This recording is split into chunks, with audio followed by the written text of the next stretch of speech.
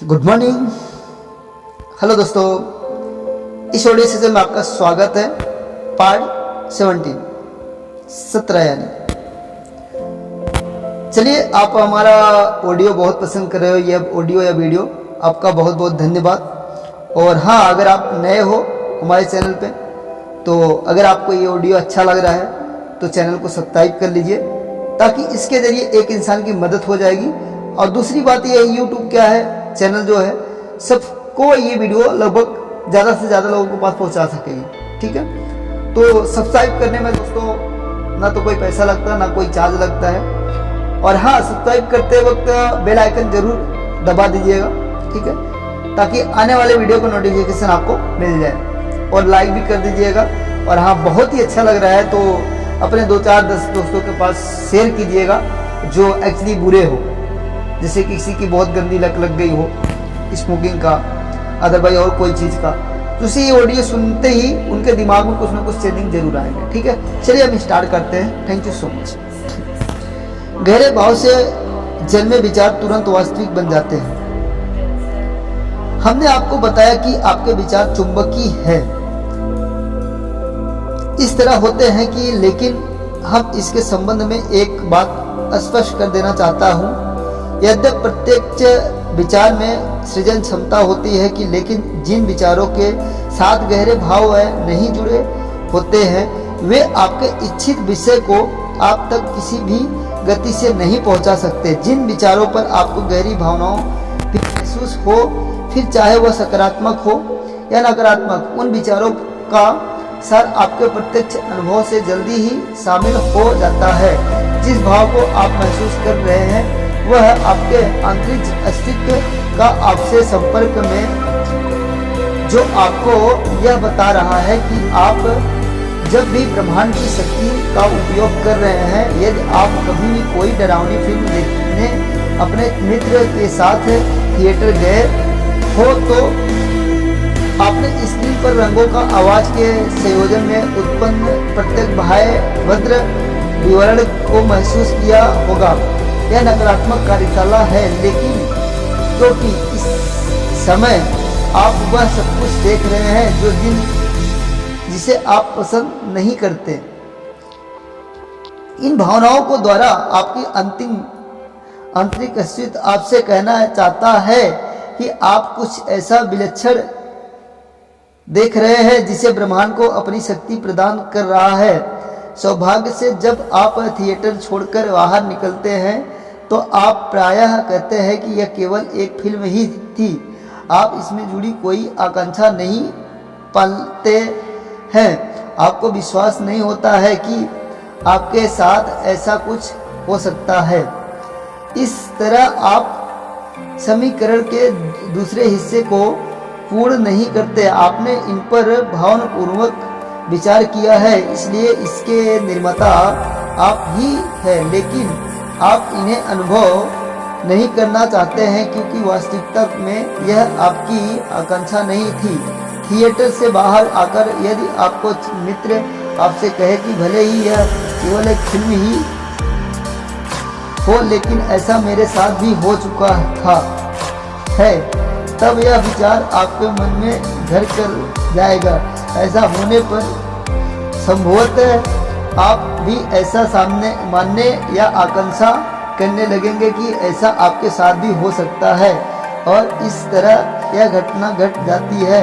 एक तरफ से तो इस पर विचार करना, वही दूसरी तरफ इसके होने का विश्वास या आकांक्षा रखने के संतुलन में आपका जो मिलना होता है वह प्राप्त हो जाता है। यदि आप इसे पाने की इच्छुक हो या उसकी आकांक्षा रखते हो तो बहुत जल्दी ही यह आपके पास होगा। यद्यपि ऐसा हमेशा नहीं होता, क्योंकि आप ऐसा संतुलन साध सके जहां आपकी इच्छा व आकांक्षा एक समान हो। कभी भी आपकी इच्छाएं तो बहुत ही अधिक होती है, लेकिन विश्वास बिल्कुल नहीं होता है। जैसे एक माँ की कहानी, जिसका बच्चा किसी वाहन के नीचे दब गया था। उसे विश्वास नहीं था कि वह अपने बच्चे के ऊपर से उस भारी भरकम वाहन को हटा सकती है, लेकिन उसमें इतनी अदमस्य इच्छा थी कि उस पे ऐसा कर दिखाया। वही कई मामलों में आपका विश्वास तो बहुत होता है लेकिन आपको इच्छा इतनी प्रबल नहीं होती है। जैसे कि कैंसर जैसे किसी रोग को उत्पन्न या उद्भव, इसका उदाहरण है कि यहाँ आपको विश्वास बहुत मजबूत था जबकि आप इससे पाने की बिल्कुल इच्छा नहीं रखते। हमें इस नकारात्मक कार्यशाला कहते हैं जिसे उसमें आपको बहुत से लोग दिन में कई बार शामिल होते हैं। जब आप अपनी डेस्क पर चुकौती किए जाने वाले बिलों के बीच पैसे की कमी की चिंता या डर का अनुभव करते हैं, तब आपको नकारात्मक कार्यशाला में बैठे होते हैं।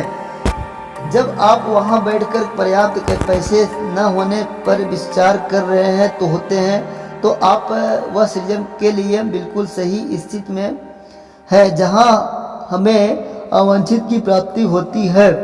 आप जैसा महसूस कर रहे हैं उसका कारण आपके अंतरिक्ष अस्तित्व द्वारा दिया जा रहा है सिग्नल है कि आप जो सोच रहे हैं वह आपकी इच्छा के साथ सामंजस्यपूर्ण नहीं है।